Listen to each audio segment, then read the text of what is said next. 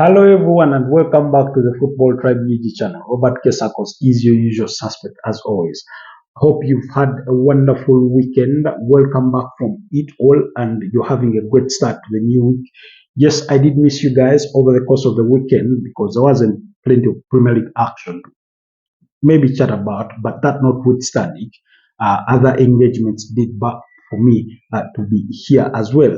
But the weekend was filled with the FA Cup action that did take down some casualties, Liverpool being one of those at the end of a 1-0 defeat at the hands of Plymouth, as well as Chelsea. They are losing to Brighton and Hove Albion in a 2-1 loss that saw them being knocked out of the FA Cup.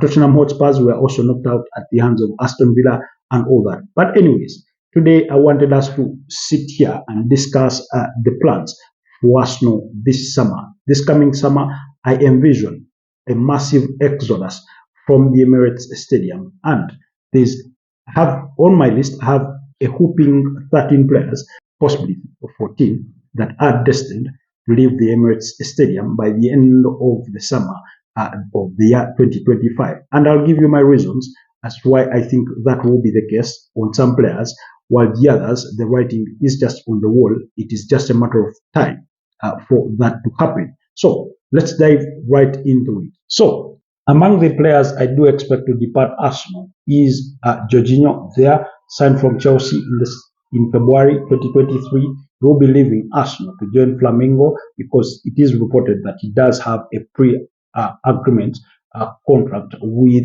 Flamengo. He was on the verge of leaving the Gunners in January, but Arsenal were reluctant to let him go at the time. So that one is in the number one spot. In number two is none other than Kieran Tierney, who was also on the verge of a return to Celtic, where Arsenal did buy him for about £25 million when Arsenal was still under the charges of Unai Emery. That was back, I think, in 2018, in the summer of 2018. But over the course of time, overall, it has not really worked out for the Scotland international, largely due to injuries. They did try to send him out on loan last season to Real Sociedad, where he had a bit of time again that was ended through injury. He did return to Arsenal towards the end of the season and then went on to the Euro to represent Scotland in the Euro 2024, where he suffered another injury that then kept him out of action at the start of the season, and then even hampered Arsenal's plans of having him offloaded because there was no club that was willing to take him at the time when he was down suffering with an injury, not even on loan, because then that would have meant them paying his wages that are quite reasonably high for a good host of clubs that would have wanted his services. So Kieran Tierney is number two. The left back is destined to leave Arsenal in this coming summer.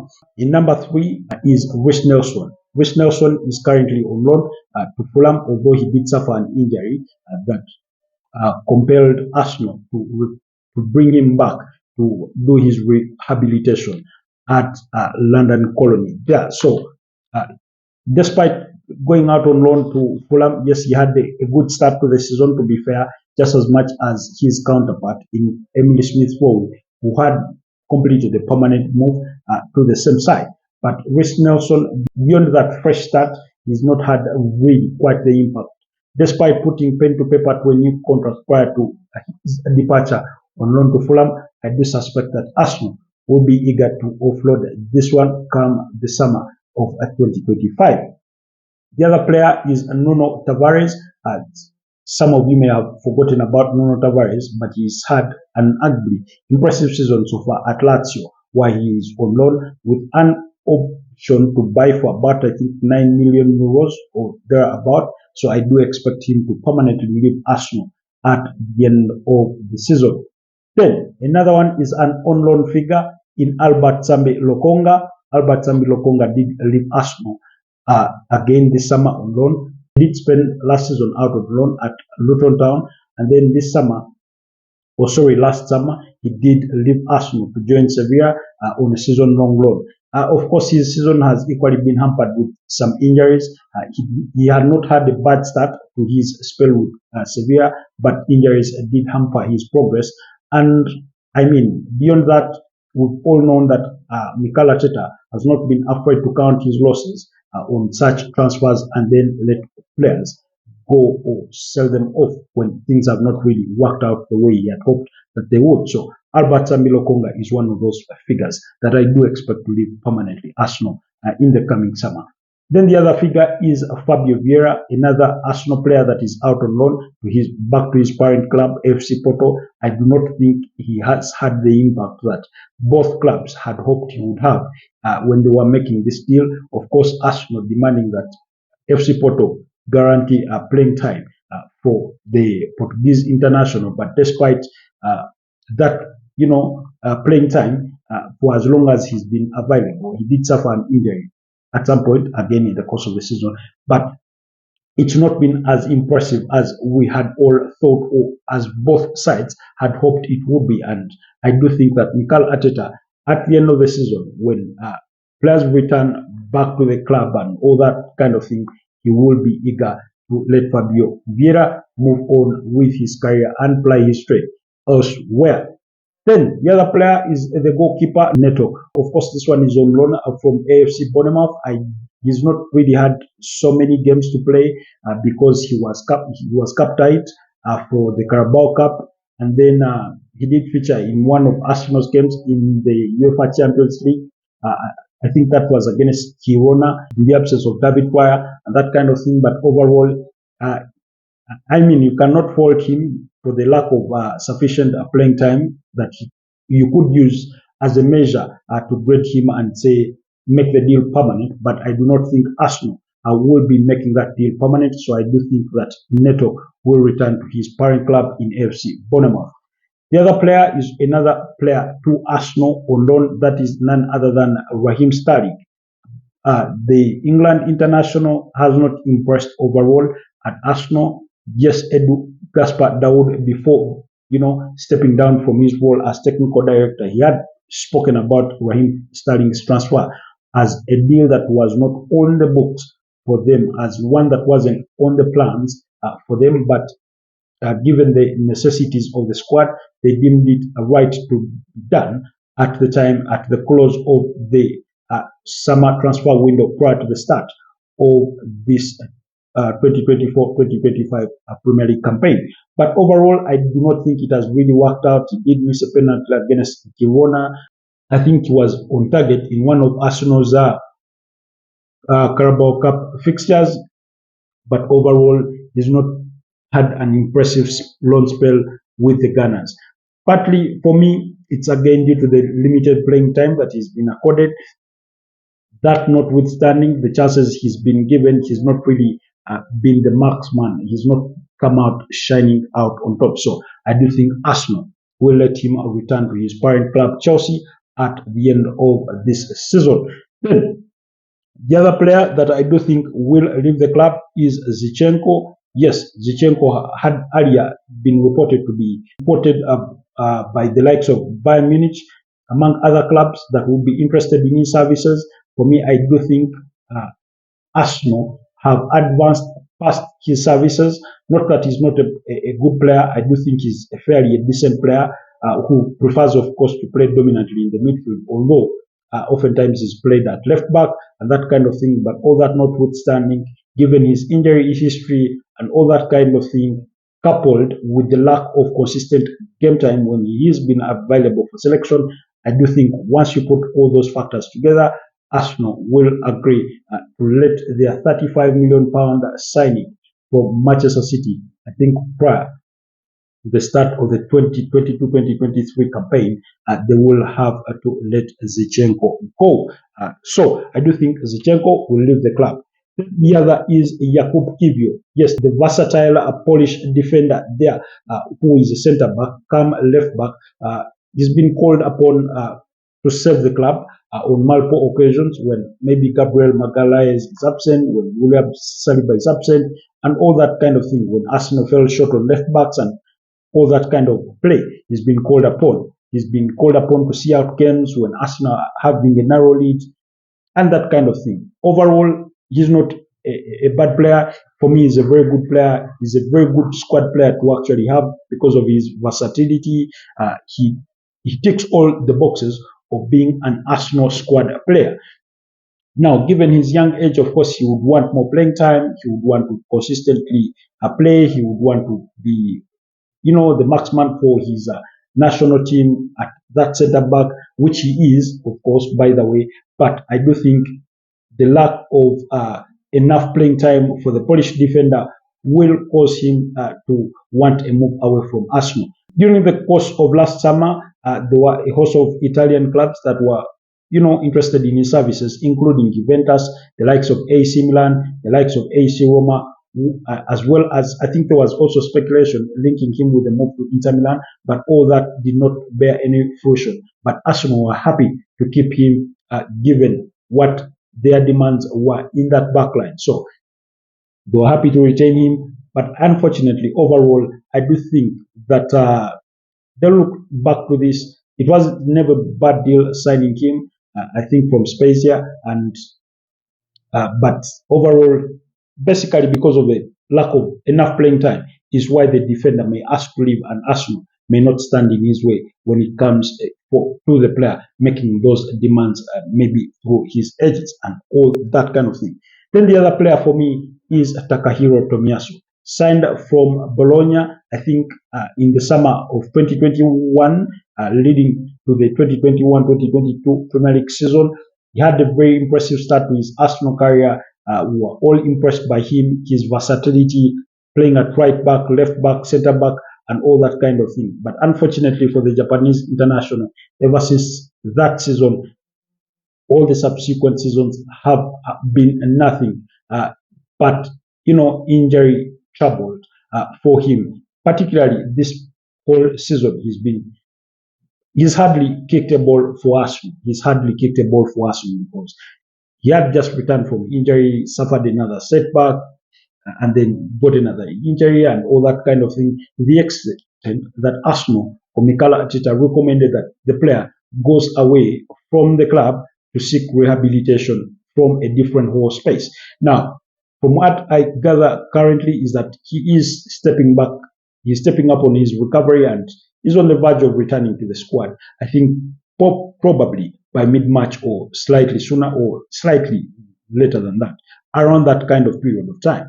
But I do think that overall, Arsenal may have to count their losses and move on from Takahiro Tomiyasu due to his unavailability through injury over the last 2 seasons as a whole. Because even last season, he didn't play too many games as one would expect. Again, partly because of injuries, he did suffer. I think one of them being a calf injury, and it's not look pretty for the player just as much as it hasn't for the club either. So despite the fact that he had just been rewarded with a 2-year contract extension, I do think that Arsenal will not stand in the way of any offers that may come their way in regards to Takahiro Tomiyasu.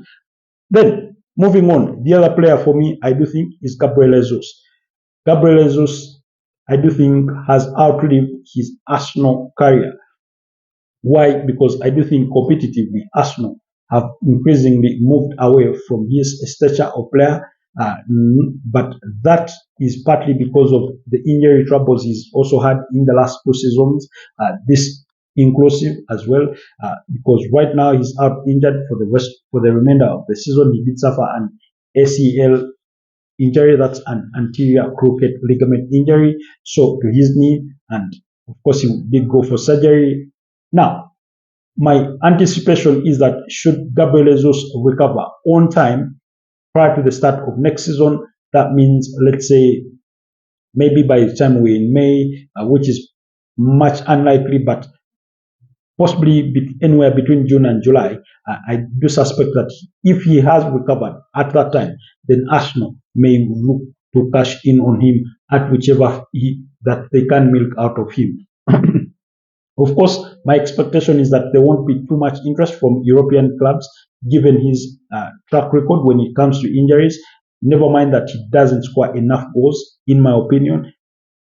Yes, he's a very good player, but as a forward, he doesn't score enough goals to sort of justify maybe a heavy investment that another club would want to invest in him if Arsenal are to recover the cost that it took them to buy him from Man City in that summer of 2021. Of course, they did spend about 45 million pounds on him, unless it is a Saudi Pro League club that comes for him.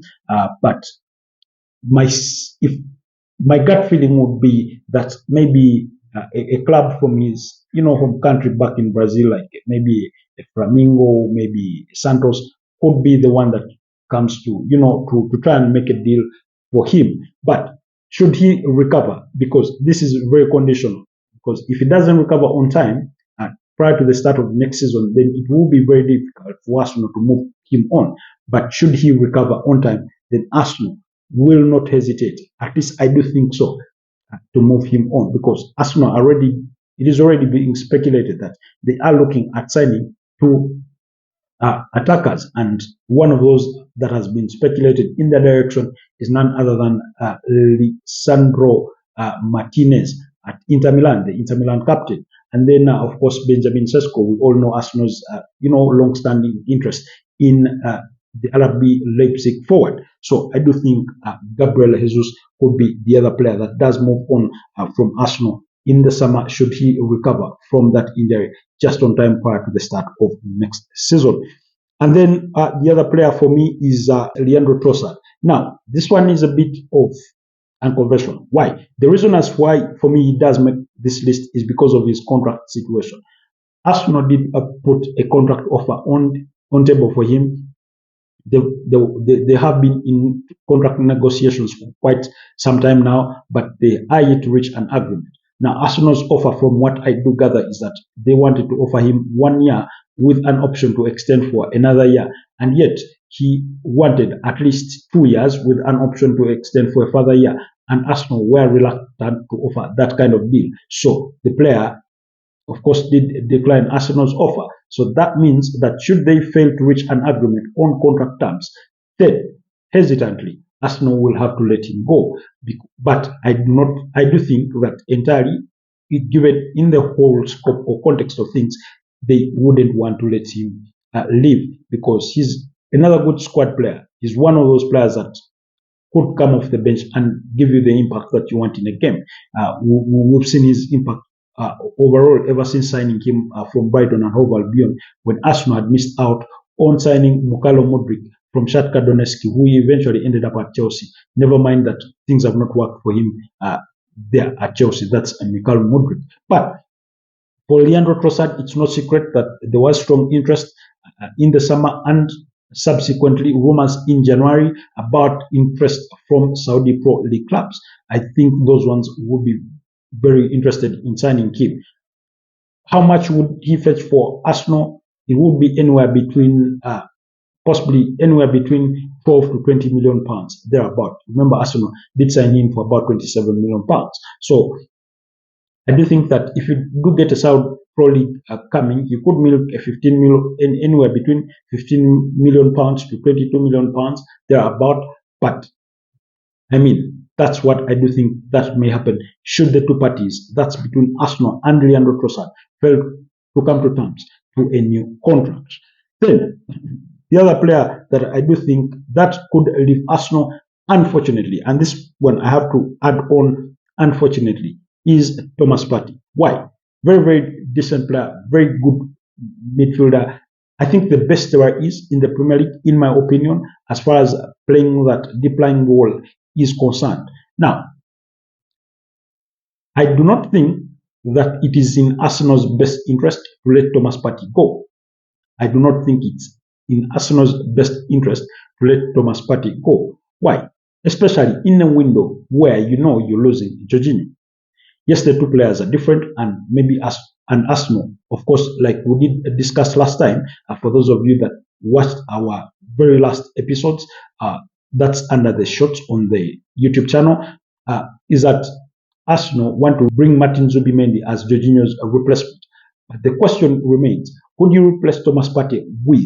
Should you let him go? Now, again, the question for Thomas Partey is a contract situation between him and the club, because his contract does expire, I think, come June. Now, given that he will be a free agent, from what I gather, he would, of course, fetch, a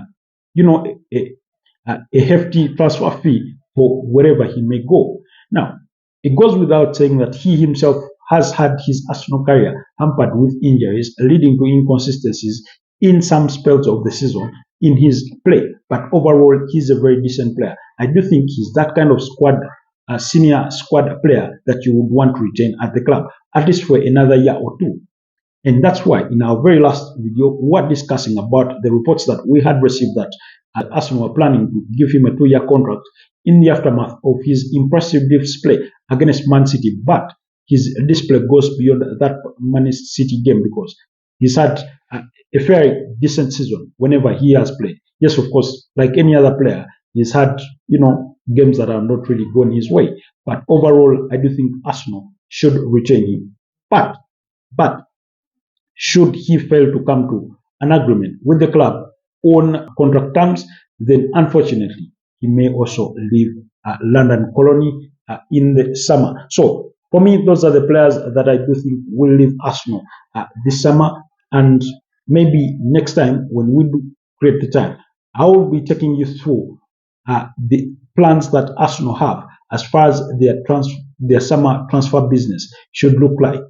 There includes a goalkeeper. You all remember Joan Garcia from Espanyol. That one was discussed at the tail end of last summer, but the two clubs couldn't come to terms with the on price for Joan Garcia to move to Arsenal. And that's why Arsenal ended up with Neto as a goalkeeper. Then they are discussing a winger. We all know about their long-standing interest in Nico Williams, among other things. But we'll discuss those ones in another episode. I'll be sure to make it a point to do that for you. But as far as Arsenal summer exits go, those are the players that I do think will leave the Gunners this summer. I mentioned Jorginho, Kian Tierney, Albert Sambi-Lokonga, Fabio Vieira, Rich Nelson, of course, Raheem Sterling, the goalkeeper Neto, Nuno Tavares, Leandro Trossard, Thomas Partey, Jakub Kiwior, Zichenko. Those are the players that I do think will be destined for an exit this summer from Arsenal. Do let me know what your thoughts are about those players, whether you agree with me on the opinions that I've given for the justifications for some of the players leaving, and whether you think there is any players on that list that you think Arsenal should retain. Personally, I do think that Jakub Kiwior should be retained as well as Thomas Partey, but I have no problem. All the others are leaving the club. Otherwise, keep it locked on the channel. If you're new, do not forget to subscribe. Do not forget to comment, like, and share. And I'll see you next time. Stay blessed and have a wonderful rest of the day.